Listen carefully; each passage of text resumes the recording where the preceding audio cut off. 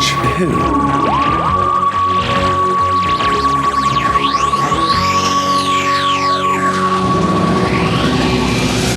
Hello. And welcome to To Watch Who, a Doctor Who podcast. I'm Mark. I'm Sarah. And I'm a Doctor Who fan. And I'm new to watching Who. Watching for the very first time. Very first time. Hey, that was a good one. Thanks. Oh, where are we this week? Where are we, Mark? We are on a sailing ship. Okay, yeah, fair. There we go. Oh, but is it really? Is it a ship? Oh no, we're in space. Dunno. Oh no. There we go. There's the intro. That was like the worst intro ever, but I did have something in my mind. It was there as the worst, actually. That was pretty shit. I did think of something earlier, but it's completely gone. Anyway, let's carry on. How are you? Yeah, fine. Yeah. Sorry, I don't know what's going on. Oh well, I've been traveling again for work, and I told you this, I think, but obviously I haven't told. This has all happened very recently, but I lost my purse while I was travelling. I don't know the full story. Tell us all the full story of your purse. I was in the middle of a rural area in North Wales. I just got to the hotel, checked in, but I had to get a bus to another place. So I knew the bus was arriving in like 10 minutes. So I literally checked in, dumped my stuff, left. And I had my purse on me because I paid with cash because everything's cash. I had loads of change. Got there and then managed to get a lift back off someone. So that was fine. It was just down the road. And then I'm eating my tea in this hotel, this pub. And my phone rings and it's the bank someone's saying they're the bank saying there's been weird activity in your card. And the detail they had was scary. Like they knew my name. They knew my email address. They knew the last 4 digits of my card. They had like a lot of information. And it was quite hard to hear because there was noise going on. So I'm going, what? And as I'm like having this conversation, I'm trying to find my purse and realize my purse is missing. So, and that was the other thing as well. They knew where I lived. They knew loads of stuff. So I got outside and then I could hear like the noise in the background. There was like kids and stuff. And I was like, they're not ringing from home. The fraud people at the bank, like this is a secure thing. So I was like, no, there's no way. So I said something and they hung up. So I was like, I need to cancel my cards or I need to check that my bank account's okay.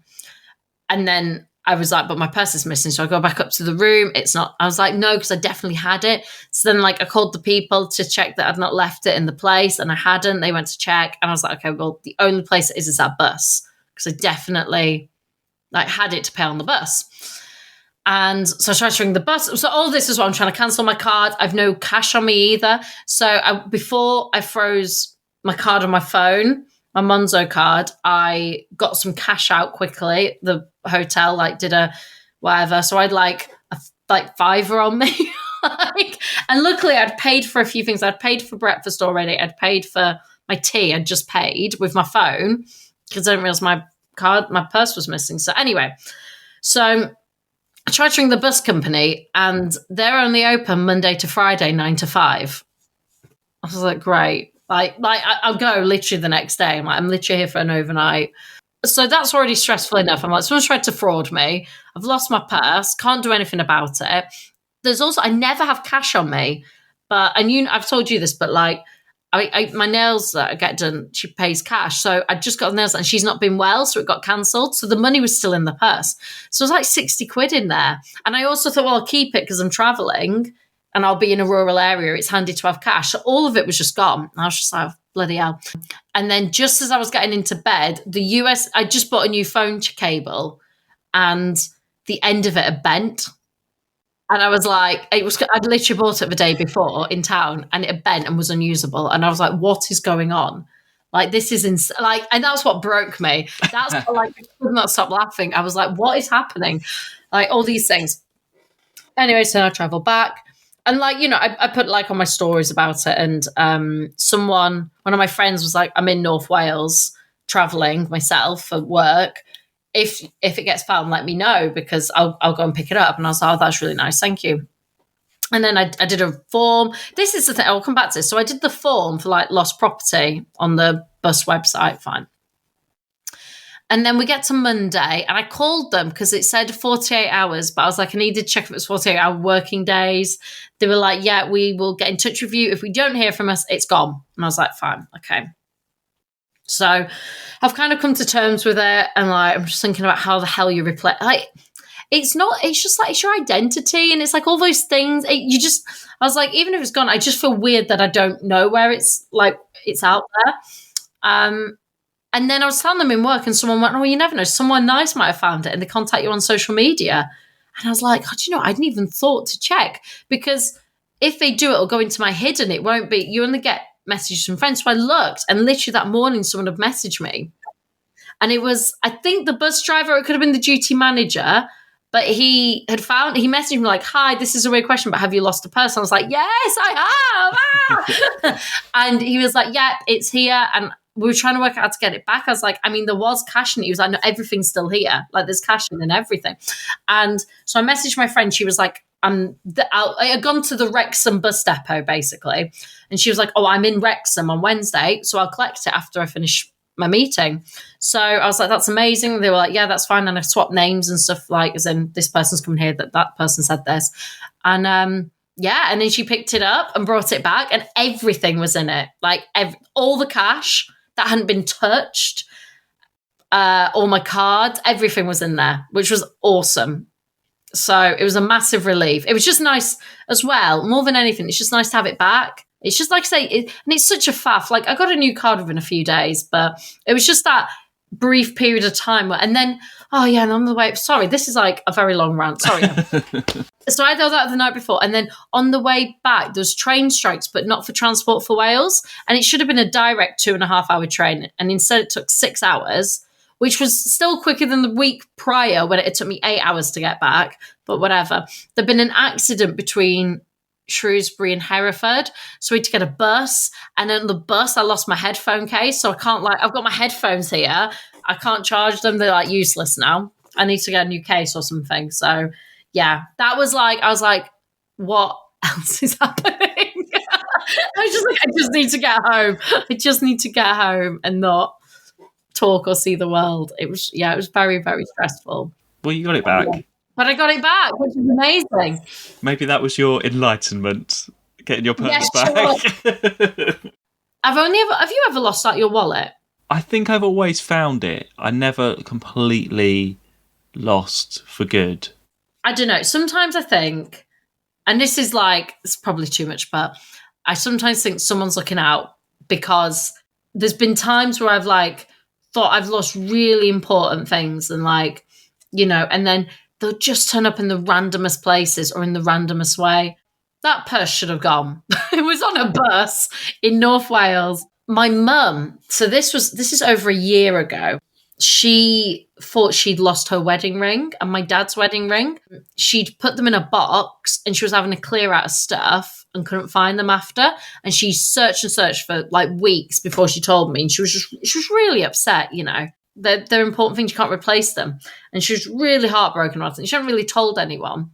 And then this was literally a few days after my purse, actually. She called, I was talking to her, and she was like, "Well, I've had some good news." And I was like, "Oh, I thought sometimes she'd won the lottery or something." But no, she'd found the rings. Like a year later, she'd found them in a drawer she goes in every day. She was like, "I go in that drawer every day." And she was like, "I was looking for something in the drawer." And I was like, "Oh, what's that?" And she moved them, and they were there. And they've been there the whole time, potentially. But for like a year, she's been racked with this guilt that she'd lost something. I had the same, like the ring my dad got me for my 21st. I was convinced it was missing. I called places I'd been, and it took me like 2 weeks, and I was like, "That is gone." And I cried, and I was like, "I've just got to accept it's gone. Can't change it." And then it was like 4 or 5 weeks later, I opened a drawer that was empty. I knew it was an empty drawer because I was getting ready to move, and it was just sat in there. And I was like, what are the chances of that? Like, this drawer was empty, and I just opened the drawer, like you do when you're empty, to double check, "Oh, that is empty." And I opened it, and it was there. It's so weird. So sometimes, I don't know, I think someone's having a little, I think they must have seen, like, let's at least give her the purse back. But to balance it, she can lose a headphone case. Well, I can't think about how to link this to Doctor Who anymore. Do you know what? If this ends up being a short episode, at least 15 minutes of this has been me talking about a purse. So there's that. Guys, you won't get a short one. You might just not get a lot about this episode.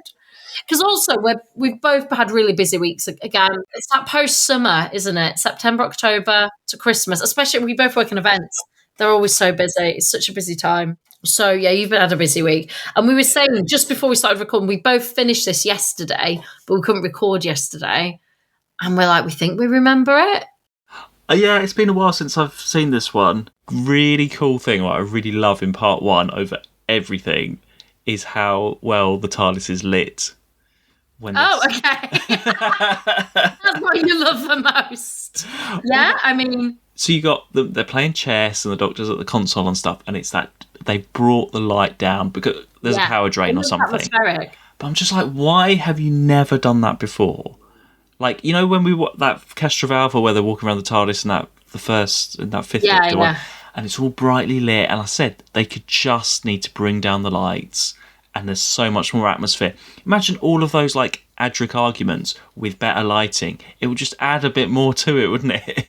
It shows that they can actually do it when they want to do it, because it just looks so much better, that set, with the darker sort of orange amber lighting. Yeah, it was. You're right. It was sort of like a warm glow rather than a white glow. And I know we've had like bright since like the 60s and all through the 70s and everything, but they could have just done something. So that always like stood out to me whenever I saw it. I was like, wow, the TARDIS actually looks really cool. And then we've got White Guardian coming in on things. This is basically part 3 of the Black Guardian trilogy. Yeah, I was going to say. Well, we left Nyssa last week. She's gone. She's been left on Terminus. And we've got Tegan and Turlough. Actually, should we go through their sort of characters in this? Yeah. Let's start with Turlough. So he is being... Well, he's not sabotaging the TARDIS. Well, Tegan's still suspicious of him because he's sort of hanging around. He doesn't actually talk to the Black Guardian until like part 3. There's quite a lot because we were getting fed up last time of him. Like he did nothing last week. I think this is a really good story for him though. It wraps everything up. Oh yeah, needed to happen. And you can see his frustration, and he obviously doesn't want to kill the Doctor. He's not even trying. But he's joining Tegan the Doctor a bit more. He's getting into sort of what's happening a bit more. Are you sort of liking him more now? I actually, in some ways, found him even more frustrating in this. It was his acting, but it wasn't his acting. Do you know what I mean? As in, that's what that character is. And I think it's because you meet him as this sort of schoolboy and there's sort of that weird, I don't know, I can't put my finger on it. I'm not saying he's bad at acting. It's just quite a frustrating character. If anything, he's probably good at acting because I find him so frustrating. I cannot, and also I think it's the writing. Sometimes I think the writing tries to be a little bit too obvious. We know that he's been trying to conspire, and there's just no point where I feel I trust him. Well, I don't think you're supposed to. No, but I think like as it's going on and you see that he's changing, he just says he doesn't want to kill him, right? I guess I want to see why he doesn't want to kill him. Because he was pretty convinced at the start, and then he hasn't, and he doesn't want... I don't know. I can't put my finger on it. I think sometimes they just sort of get stuck in like, oh, well, he's in a conundrum or whatever, you know. Well, the Black Guardian has told Turlough that the Doctor's like this evil being, and obviously hanging around with him and stuff. He knows he's not. He also took the agreement because he wants to get off the planet, because he is still an alien, and he doesn't want to be on Earth. Actually, clothes watch a minute.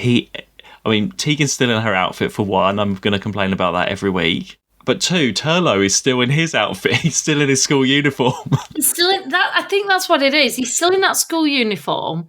It's really hard for me to believe him as an alien or something not of the planet. It's the excuses of him he just constantly lie throughout. Well, he does. He wants to get off. I mean, they land on this ship and everything. He wants to go as soon as possible. He doesn't want to hang around. But what about the bit where, obviously, the Black Guardian's like, right, I'm going to kill you now because you're not doing what I say. And you can see... what about when he jumps, goes overboard in space and all of that? All of that was... It got more interesting for me after he's been told that he can't leave the ship. And like he'll be stuck there forever. That's when his character got more interesting. But that's not until the end of the second episode. Yeah, I mean that's the turning point, and you can see his desperation there, and he's like really panicking. And I think the Doctor has known this whole time that there's something going on. I feel like he's not surprised about anything. At the end, Tegan's not surprised that he's working for the Black Guardian. No one says anything like, "What have you been doing all this time?" They just accept it. But has it wrapped up everything with Turlough in that story? I think so, yeah. I think I'll find it more interesting now. I really enjoyed his like jumping off. That was an amazing cliffhanger. And I thought from that point onwards, he was a little bit more. I mean, even yes and no, because then in the third episode, he's saying to the Doctor, like the Doctor finds him and he's been talking, like you say, it's when he's talking to the Black Guardian, and he's like, "What are you doing?" And he's lying again, and I don't know. But then he does a bit of an ad trick as well, where he sides with Rack. He does, yeah. But then is he actually? But then again, I think Adric was genuinely, siding with the villain a lot. But I don't know. You never know. He's doing it for himself. He's in it for himself. Whether he's not sort of with the Doctor and Tegan. He sides with whoever's going to help him out of the situation. Sometimes I find that the writing of his character is a little bit simple, I guess. And I think I'd have enjoyed a little bit more light and shade and complexity. I mean, like when Tegan's like seasick and stuff, he goes in to find her, and they've got a bit of a relationship. It's not like he doesn't care about them as well. I think there is sort of ups and downs there. But then on the other hand, he's out there with the other guys, with the pirate guys. I'm not sure what he's doing, why he goes into that airlock thing in the first place, really. I don't really get it. He's, that first episode, he's constantly like, let's go back to the TARDIS. And other than the fact that, like, a White Guardian's come, I could not work out. I was like, well, why does he want to go back? Because he's trying to get away. He doesn't want to go back to Earth. Surely he'd want to be, like, here and at least away and doing something than back on Earth. What's his aim here? Other than just being like, he even says, like, Tegan doesn't feel well. And he's like, I think we should go back. And then they realise the TARDIS is missing. Like, I don't know. I don't know why. He wants to go back, but why? Why does he want to go back on the TARDIS? To sabotage it? Well, we're already saying that he's maybe siding. He doesn't want to kill the Doctor. I don't know. I mean, it's still like a side story to the actual story that's going on. Although this does sort of wrap up like it is the Black Guardian. This is the point of it, in a way. It is supposed to. This is what it's been leading to. And it has to have enough of a conclusion that when he makes that choice, you believe his choice. I think you do by the end. But it's the very end. Give me the Doctor, and you can have this, the TARDIS, whatever you wish. When he was there, actually, no, I take that back, because I think you do want the suspense of what will he do. And that was there. I think you want the, like, is he going to do the right thing, or what's he going to do? I think when he swiped it away, he wasn't expecting what happened. Enlightenment was the choice to... And also, I don't think that's fully explained. Like, you win Enlightenment, so that's everything. Okay, these beings that live forever, they want Enlightenment. Well, Rack was saying that she wants to win Enlightenment so she can... Because they're sort of, like, empty without reading people's minds and stuff. But I think if you win it, then you get sort of your own more of your conscience, and you can rule, and you have more power to do stuff. You don't have to rely, because she says, I don't have to rely on people. If I win this, I can have my own power rather than drawing it off. I think that's what they're getting at.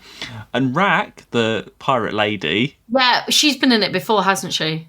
Well, so she sung the song in the Gunfighters, the cowboy one with Dodo. Oh, yeah. Which means she is Auntie Mabel from Come Outside. Oh, that's what it was. Yeah, she looks so familiar. She looks so... And I was like, I knew you've been on this before. There she is again. Yeah, she's brilliant. She's really good. She's really good. Yeah. So Tegan, this is quite a good story for her. She has this whole thing with Mariner, which I think is really creepy. Yeah. I mean, I'll be honest, there was a point, maybe in the third episode, when she's starting to, like, maybe warm to him a bit more. And he's made it very clear that he really likes that. And I wondered whether we've just had one go, or we're going to have another companion go. Oh, God, I don't think she'd ever stay with him. She warms to him in the third. That's her character. She's very, like, off, and then she warms to people. Well, just going back, like, I think when you see those hands, like I'm doing now on the screen, I think that's really creepy when his hands come up on the TARDIS scanner. I don't know why. When I first saw that, I was like, and you see this face. I don't think they've got it quite right that there's someone outside of the TARDIS looking in. I think the proportions look a bit funny, but there's something weird about it that puts you at sort of unease. But it's supposed to, because he's like feeding off of her and her emotion. He plays it. Yeah, he plays it really well. He plays it brilliant. But it's really uncomfortable. She's really like put out by it. Like you can feel her uncomfortableness. I don't know. I feel like really like he's just like not saying no. He's just like really on at her the whole time, and you can feel like I don't know. No one's really had that treated anyone or a companion like that before. But it's weird because actually, in some way, like it's very clear that's what they do, right? He doesn't hide it, and because there's that really good scene when she closes off her emotions and thoughts to him, and he says it, and she's like, "Yeah, that you're not getting any more," and walks away, and he doesn't get angry. He's like, "Oh my God, you're so fascinating." He's even more enthralled by her, if anything. And I think it is that sort of idea of like complete emptiness, loneliness. Because at the end, when he vanishes, she says like, "Was there anything you can do?" And he's like, "No, they've gone." Yeah, I don't. To begin with, it just feels really creepy, and you feel you can read into some kind of consent thing in a way. I think that also helps set what the mood is. That things just aren't what you think, and they're not on a ship in the 18th century. We're not on a yacht. We're on a ship, a spaceship. You wonder what they're on, what's going on. Things just aren't right. You know, they know he's coming. All this sort of stuff. He's a bit, like serial killery, but also actually as it goes on, and like you say, she starts to warm to him a little bit because I think she starts to understand him a bit more, and he's not gonna hurt. He's just fascinated by her, and he's not gonna hurt her or actually do anything, because there's that bit later on when they're on the pirate ship, and the Doctor says, "Keep an eye on Tegan for me," and he's like, "Yeah, I will. I'll look after her." I don't know. I feel like there's lots of layers to it. It's just written really well. Because they go to him and go, where are people? Like he can sense them. He knows where. Like I reckon he's up for a supporting character, because he is. He very much supports them. And you're right. I think initially it is quite weird and creepy, but I think that just helps set what's going on. It's not until another great cliffhanger when they open the curtains and they're in space. That's a great cliffhanger. So did you have any hints in that? Was that actual shock for you when you think they were genuine on the ship? I knew that. I mean, it's made clear. Everything looks very detailed. At most, I wondered whether they're feeling seasick, all that sort of stuff. I thought that like it was going to be an alien boat, but at sea. I was not expecting it to be in a race in space. I mean, like that image of the sailing ship in space, a perfect Doctor Who image. It sums up what Doctor Who does. It's great. Brilliant. It's absolutely brilliant. I on the Blu-ray got CGI ships and effects, but even I know the original one that you saw, it looks cool. It looks impressive. Great. It looks really cool. Like it's a great cliffhanger. All the cliffhangers in this, not like the other week we were complaining about it. They all push the story on. Suddenly we're in space, Turlo jumps off the thing, and then I think the other one is Rack like looking right into the camera, like going, they all move the story on. It's perfect. It's a good writer. It's a female writer actually, and this is the first like solo female writer, and I don't know, it is just a really good concept. There's enough plot as well for the 4 episodes again. Yeah, for sure. So, nothing feels too rushed. No. It's got a nice pace. It does have a nice, like, I think end of the second when Turlo jumps off is a great moment and then we start the third with him being captured and brought on, and then we get introduced to a whole new load of things. Yeah, halfway through you need that extra load of characters. And it works really well. It does work well. And I like the idea that they're all from different times. Yeah, and they've got people to keep it authentic. Yeah, I think it all works great. I think it's like, it is really strong. it's pretty simple to follow once you get the idea of who they are, which is explained really well. It's sometimes they gloss these things, and it's got just enough explanation that, like, you understand how they work and how they think. We have an example of that when they take the TARDIS and we see it happening.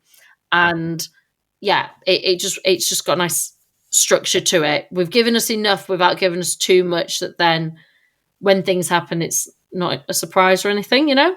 So they're Eternals.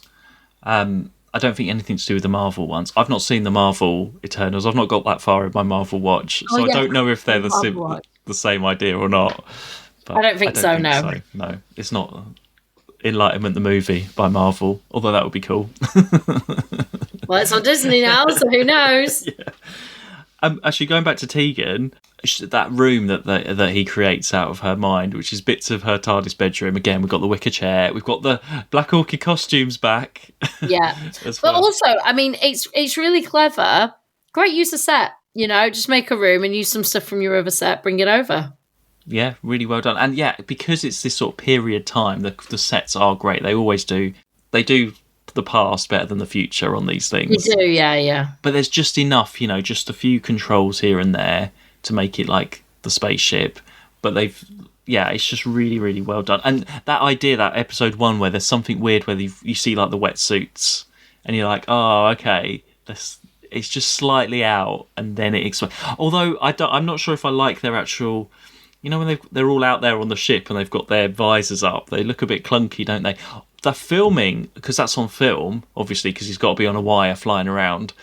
The lighting on that, it just always looks so much better on film. All of that stuff where they're up on top of deck. Oh yeah, the top of deck stuff looks great. It looks really engaging. So good, yeah, really, really good. I think Rack and her pirate people are quite funny. She's she plays it really well. Okay, she's a bit over the top. She's over the top, but it's a character actress and it's a very good character part. At one point, she's talking into the camera. Yeah. And a great contrast to the other guy who is the captain, and he just plays it very alien and very... Very serious. Very serious. He's taking it serious. Yeah. I wrote down that she does a good buffet. It's mostly vegetables, though, I noticed. Vegetarian buffet.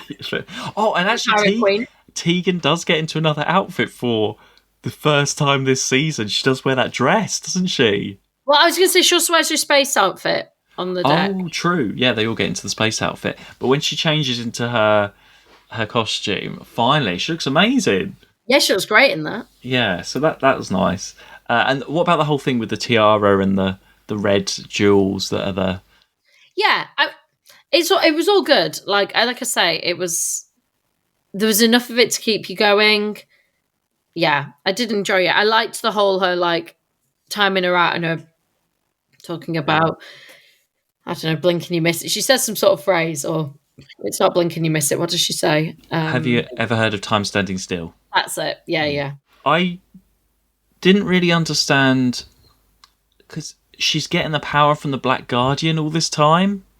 That when it was getting towards the end with that eye thing and then all of her faces and everything, I don't know, it didn't really, there was like, so the Black Guardian, it feels like maybe the Black Guardian's been manipulating this whole time then, and he sort of set it up and he's been behind this whole thing. I feel like there is like that's how it's sort of implied. I'm trying to think. On the effects, you see a few ships, whereas we're only engaging with 2.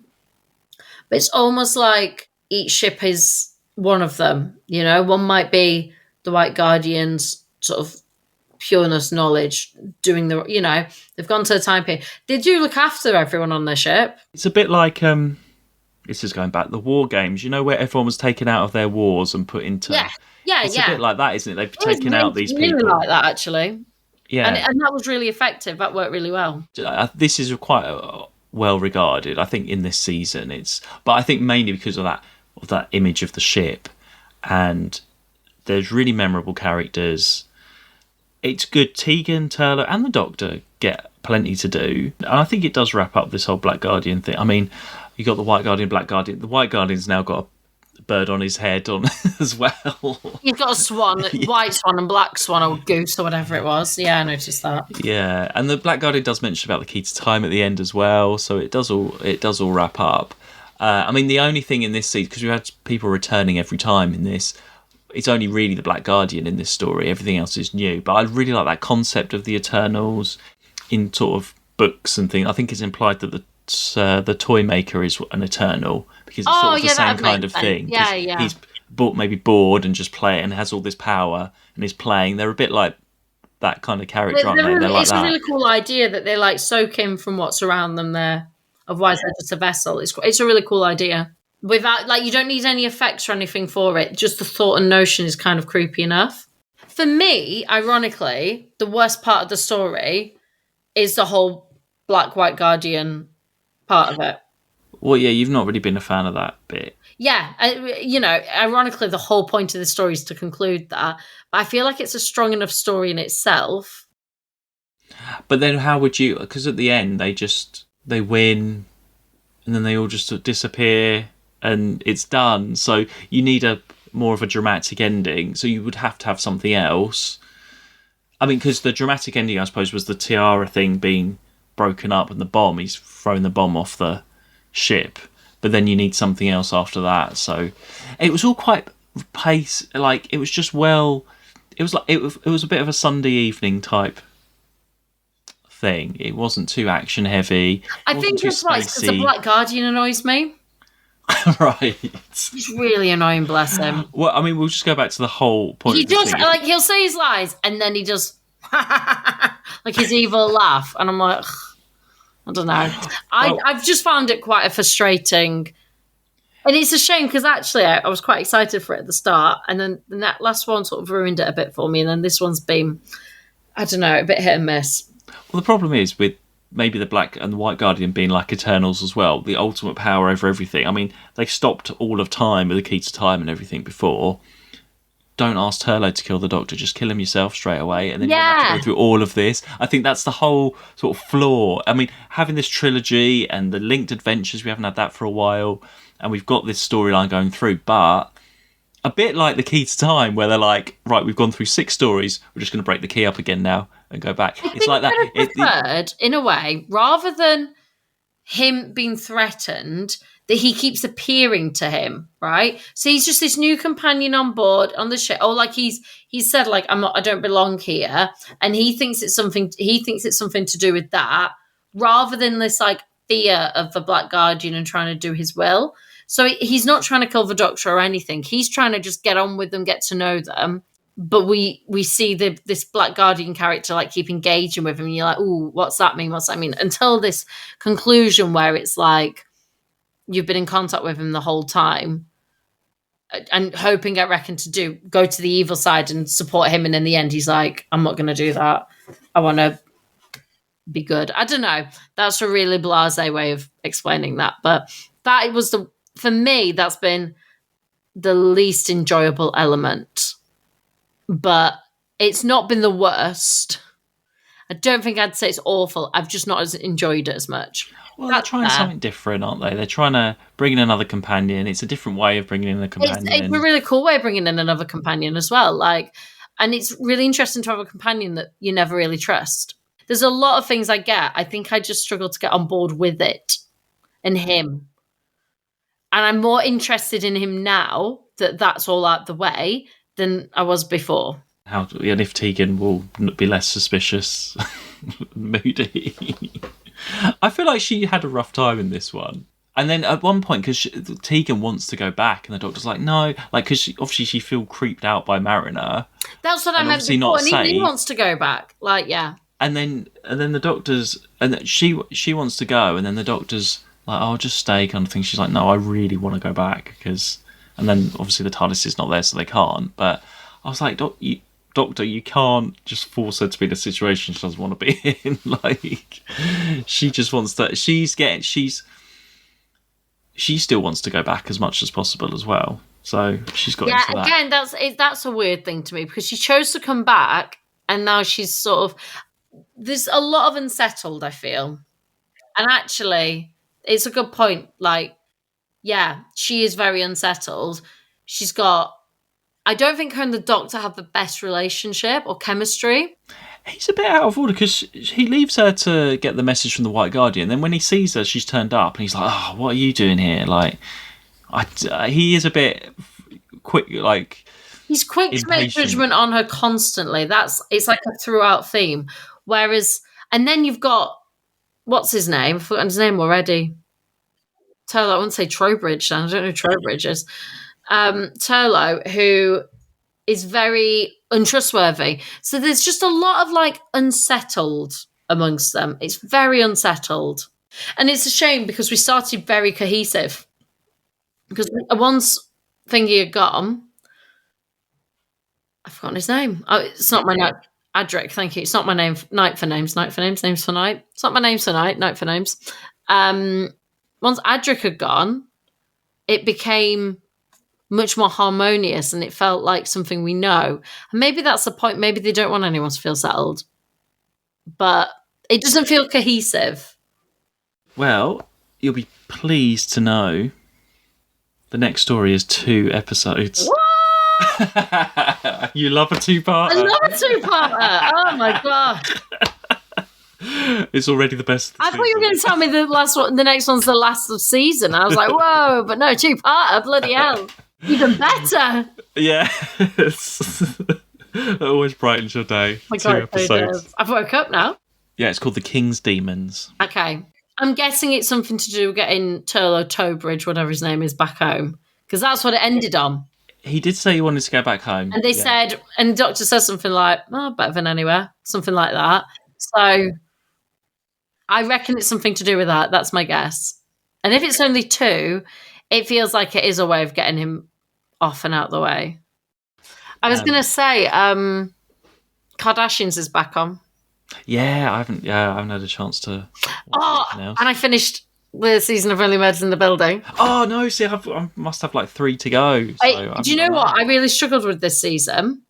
But the last 3, I did boom, boom, boom. They were great. Like, and you'd think I'd love it because it's a very musical season. I don't know whether it's like because I've had a bit of a binge of it and now we're going back to a weekly situation. But I feel like it's easier to binge.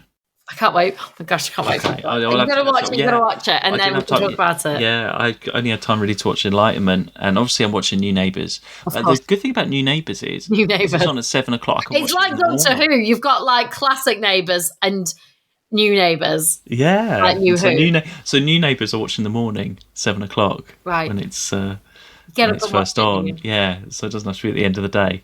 So that's still going well. My mum said something weird to me the other day though, because she watched Old Neighbours and has started watching New Neighbours. She's getting a bit confused, I think, because when it was coming back, she was like, "Oh, I wonder how they're going to do it because it hasn't been on for a while." I was like, "No." She's like, I wonder what the storylines are going to be like now they've got like computers and mobile phones and stuff." And I was like, "It's only been gone for a year." It's like, maybe she was thinking of the 80s. I don't know what was going on there. Did she forget that it's been on TV like for 20 years since then as well? She was watching it when it was finished. So I don't know why. I don't know. I don't understand. Thinking about it, did you see many computers and mobile phones in Old Neighbours, classic Neighbours? Yeah, it was set in the... Yeah, I know, but like, did you see them? I don't know. I don't watch it. Everyone's all on their laptops in the cafe. Fine. Anyway, it was a strange comment, but... Shout out to Mark's mum. Yeah. And also, she always tells me, I shouldn't really complain, but she always, every time she phones me now, she tells me what David Tennant has been up to and what he's been doing and what he's been in. As if, okay, David Tennant is Doctor Who and he's a very popular doctor. He's not really my favourite doctor, though. I'm not like the biggest... I'm not the biggest David Tennant fan. Do you know what, though? That's like my dad. So my dad used to say to me, "Oh, your friend's on TV." And I'd be like, "Who's that?" Like, at least it could be anyway. "Oh, Mr. Bean." It was always Mr. Bean or something like, "Oh, your friend's on TV." And I'm like, "Who?"